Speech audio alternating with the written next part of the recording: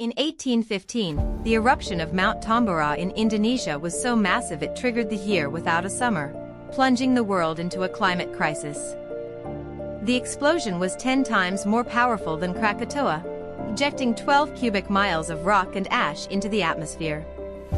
Global temperatures dropped by 3 degrees Celsius, causing crop failures and famine across Europe, North America, and Asia.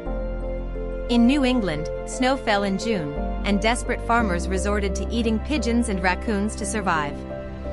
Meanwhile, the disaster inspired Mary Shelley to write Frankenstein during a gloomy, storm-bound summer in Switzerland. But Tambora wasn't the only silent killer. The 1930s Dust Bowl turned America's breadbasket into a wasteland. Overplowing and drought created massive dust storms, some 2 miles high, that buried entire towns in suffocating black clouds. Children wore dust masks to school, and Black Sunday in 1935 stripped 300 million tons of topsoil in a single day.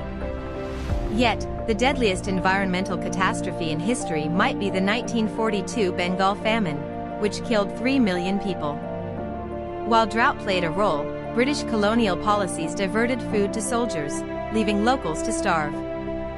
In China, the 1950s Pests Campaign ordered citizens to kill sparrows, unleashing a locust plague instead. Without sparrows to eat them, locusts devoured crops, contributing to the Great Chinese Famine that killed 45 million. Fast forward to 1986. Chernobyl's nuclear disaster turned Pripyat into a ghost town in 48 hours.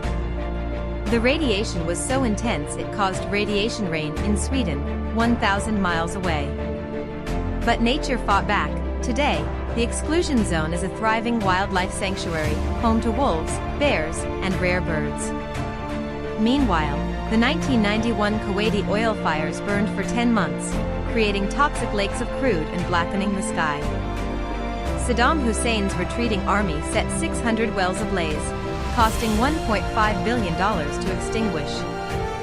In 2020, Australia's wildfires burned 46 million acres, killing 3 billion animals and turning skies blood red.